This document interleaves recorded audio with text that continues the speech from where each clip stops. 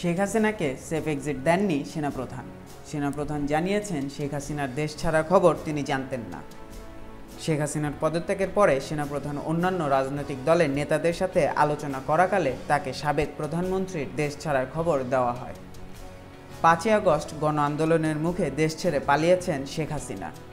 তিনি সেনাবাহিনীর একটি বিমানে দেশ ছাড়েন। এরপর থেকে আলোচনা সমালোচনা ওঠে তাকে দেশ ছেড়ে পালাতে দেওয়া উচিত হয়নি।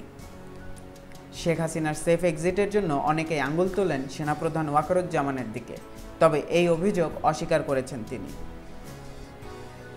ওয়াকারুজ্জামানের মতে সেই সময় শেখ হাসিনার জীবন হুমকির মুখে ছিল এবং তাকে নিরাপদে দেশ ত্যাগ করার সুযোগ দেওয়া একটি যুক্তিযুক্ত পদক্ষেপ ছিল। সেনাপ্রধান ওয়াকারুজ্জামান নাগরিক টিভিকে দেওয়া একটি সাক্ষাৎকারে জানান, শেখ হাসিনার দেশ ত্যাগের খবর তিনি রাজনৈতিক নেতাদের সঙ্গে আলোচনা করার সময় জানতে পারেন।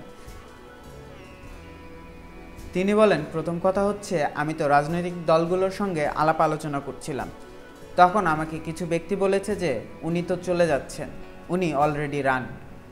তো এটা আমি জানতাম না যে তিনি দেশ ছেড়ে যাচ্ছেন।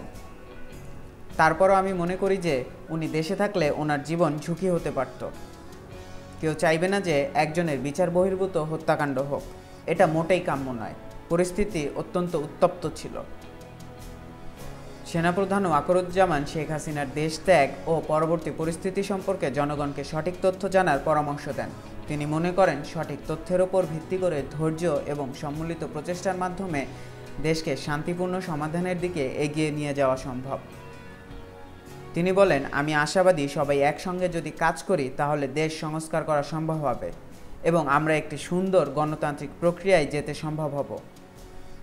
আমরা একসঙ্গে কাজ করে যাচ্ছি, আমিও তাদের সাথে আছি, কাজ করছি, এই সরকারকে সাহায্য করছি। আমরা সেই লক্ষ্যে যেতে হবে, কারণ এখান থেকে ফেরত যাওয়ার অবকাশ নেই। জনগণকে ধৈর্য ধরতে হবে। প্রথম কথা হচ্ছে অনেক ভুল তথ্যের ছড়াছড়ি চলছে। যত সংবাদ তারা পায় আমার দেখা মতে তা 95%ই মিথ্যা। সত্যের সঙ্গে মিথ্যাকে মিশ্রিত করে এসব সংবাদ পরিবেশন করা হয়। এটা মানুষকে একটি ভুল ধারণা দেয়। আমি বলবো মানুষকে ধৈর্য ধরতে হবে এবং প্রকৃত ঘটনা জানতে হবে।